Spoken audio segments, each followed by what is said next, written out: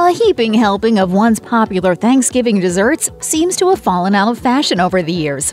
These were, at one time, seen on Turkey Day tables across the country, or at least in certain regions, so consider trying some of these tasty vintage treats at your feast this Thanksgiving. Undoubtedly, this former staple of New England tables needs a new name. Maybe something like Molasses Delight, or how about a rum and vodka? The main ingredients are the base ingredients of rum and vodka, molasses and corn, but maybe that would make too many people think it's alcoholic. According to What's Cooking America, this dish has also been called Indian mush, but that's maybe even worse. In its earliest incarnation, which dates back to around 1796, this dessert was little more than a cornmeal mush with a dash of molasses added for sweetness. It has roots in an old-timey English dessert called hasty pudding that dates back to 1599. And if that doesn't sound appetizing in the least, don't worry, it gets better. Later recipes added things like raisins and spices, and in the handful of places where it's still served, it's often accompanied by vanilla ice cream.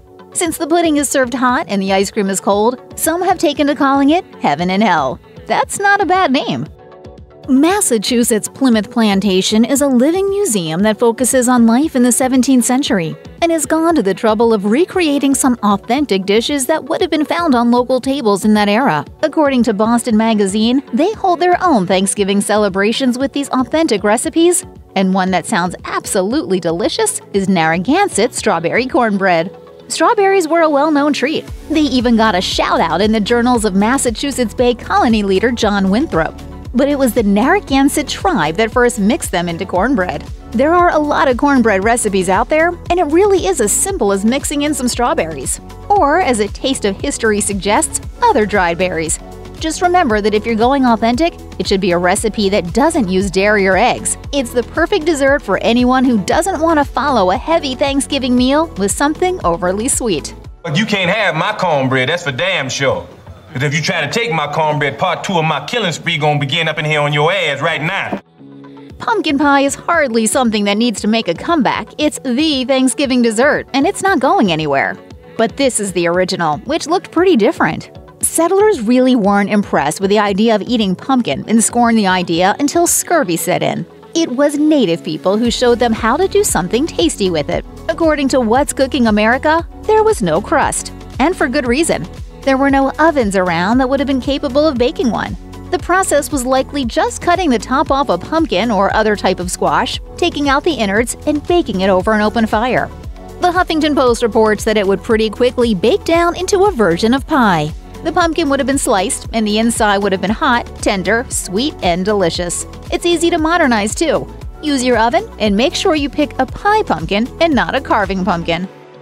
The Guardian pondered whether the Jell-o salad was, quote, an American abomination or Thanksgiving treat. It's a fair question. We've all seen the cringeworthy pictures of various meats and veggies floating in gelatin from 1970s-era cookbooks. Serious Eats says that gelatin-based desserts were once reserved for the rich and famous. Gelatin required a chef's skill to make. But when Jell-o came on the scene at the turn of the 20th century, things changed. People went a little nuts.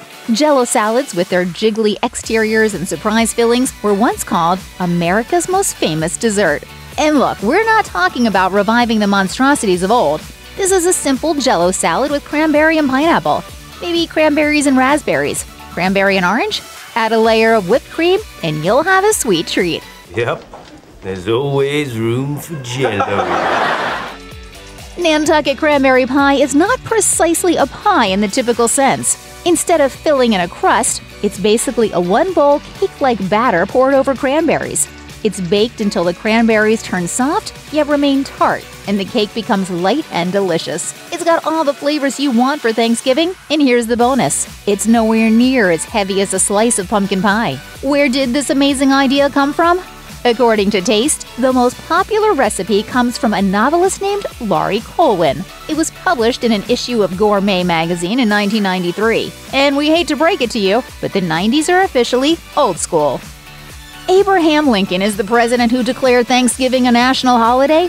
So what about enjoying a dessert right out of Mary Todd Lincoln's cookbook? Food blogger Tori Avey says Mrs. Lincoln's preferred cookbook was Miss Leslie's Complete Cookery.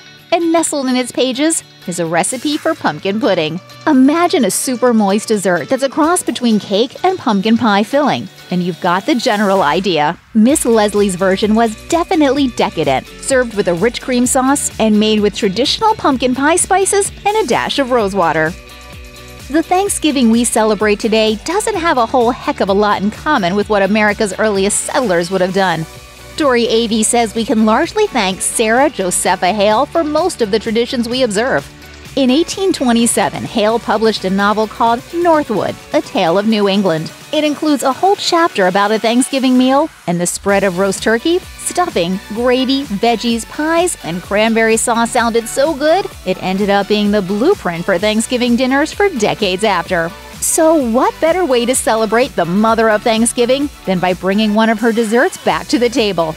It's an easy one, too. The recipe for her apple pudding was published in her 1841 book, Early American Cookery, and it's basically a sweet pudding made from stewed apples, lemon, brown sugar, cream, and eggs, then baked like a pie.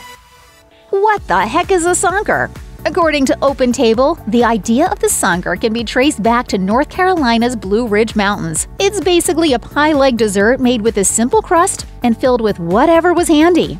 It was a way to use and preserve everything in a crust that was easy to make with the most basic of ingredients. There's no one right way to make a sonker, but Epicurious says it's the sweet potato sonker that needs to make an appearance for Thanksgiving. It's got an impressive down-home pedigree, too. It's the favorite sonker in Mount Airy, North Carolina, the hometown of Andy Griffith. It's basically the official dessert of Mayberry. The first thing we do is plan a little dinner. In the mid-1940s, wartime rationing made it impossible to make many longtime favorites, and desserts were at the top of the list. Sugar was in short supply, and it's not dessert if it's not sweet, right? According to the Louisville Courier-Journal, those Thanksgivings were tough, and not only because of shortages. In 1945, the paper wrote, "In spite of anxiety, in spite of the knowledge that families are mostly incomplete, we still mark the day on our calendar and try to give fully to continue the tradition in which we consciously give thanks for our many blessings." Those are somber thoughts. That same year, the food editor suggested a way in which cooks could, quote, "fulfill the family dream of apple pie." And it's a delicious solution that needs to make a comeback. Instead of sugar, Marguerite T. Finnegan suggested using molasses, honey, or corn syrup as a sweetener. Her deep dish apple pie calls for a little more than half a cup of honey, and that sounds delicious. The turkey's done, the table is cleared, and the Thanksgiving dishes are in the sink. Everyone's filled to the brim, but this is the exact time that something hot, sweet, and comforting is just what everyone's craving. So why not heat up some Dr. Pepper? Sounds weird, right? Serious Eats says the idea was essentially created by Dr. Pepper's marketing team in the 1960s, and that pretty much explains everything. Cold drink sales tended to drop off during the holiday and winter months, and by advertising this hot and fizzy drink, they were hoping to boost their fourth quarter numbers. Yes, Dr. Pepper is delicious cold or hot. It was popular for a while, and it's still popular in some pockets of the South, but it's largely faded from mainstream consciousness. Here's the big shock, though. It's better than you'd expect. It's just Dr. Pepper heated with a thin slice of lemon. It's great for the kids, and old advertisements thought of the grown-ups too. They suggest adding a dash of rum for a drink they call the Boomer. Looking for a Thanksgiving dessert that everyone can share during the course of the evening? Something tasty, not too heavy, and without the commitment of an entire slice of pie? Even better, how about something with an old-timey name that you can snicker at now? Enter the Nutsnacker by Kraft and Blue Diamond. The basic idea is that it was a football-shaped hunk of cream cheese and mayo, mixed with flavor-enhancing ingredients like bacon and seasonings, then chilled. The nuts were layered along the outside to make it look a bit like a pine cone, and guests could snack away. In spite of the funny name, it's a solid idea.